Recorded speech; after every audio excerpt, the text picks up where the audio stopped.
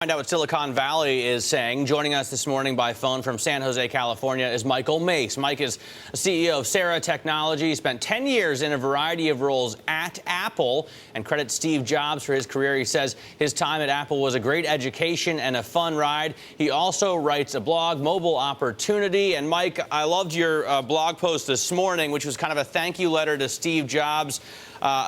You've never met him, but you say, you know, he really was responsible for your career out there. And I was thinking, how many people could say that, really, even beyond just guys who worked at Apple? So many people in tech today could thank Steve Jobs for their careers. Yep, he's had an enormous impact on Silicon Valley and obviously the country and the world as well. What do you think about, I mean, what's your reaction to him leaving Apple at least as CEO here? I mean, what do you think this means as far as the end of an era, a change? Well, obviously, beyond the sadness of it, which is the biggest reaction that I have, I think Apple's going to do okay. He's built a really, really good organization there, attempting to embody a lot of his practices. And I think they're going to be able to do all right. So although it's a sad thing personally for him, I think Apple's going to do just fine. You know, I had kind of a not a sad reaction, but the opposite. And Steve Wozniak, that we spoke to on Bloomberg West last night as well, was saying he's happy for Steve because now he gets hopefully to spend more time doing stuff he likes personally, and he hopes that he has fun doing that.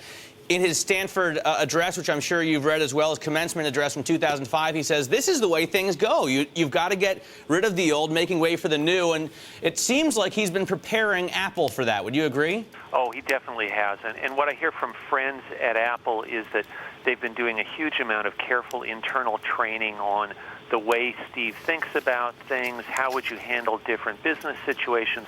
They've really been trying to incorporate his processes and his philosophy into the sinew of the company. And so this will be a test of how well they've done that. You say that he actually has a class, or they have a class at Apple, how to think like Steve. Yeah, I don't know that they call it that, but that's how it was described to me by somebody at Apple. And Mike, I mean, who is going to be their new product man? I mean, if Tim Cook is going to be the operations man and that's what he knows best, who is innovative there from what you know? Well, I think it's a lot of people. They've established this institution of product managers who are people who don't get a lot of publicity on the outside, but on the inside are the ones who drive the products. And those people are extremely smart. They're very, very experienced. And as a group, they're just really good people who should be able to drive things forward. The interesting question is going to be, Steve was the guy who could look at a bunch of different options and say, let's go for this one. And that sort of decisive, intuitive, how do you choose between those big possibilities is the thing that's the most difficult to do, and it's going to have to fall on the CEO to be able to make those calls. Michael, thank you so much. Michael Mace joining us there, CEO of Cera Technology.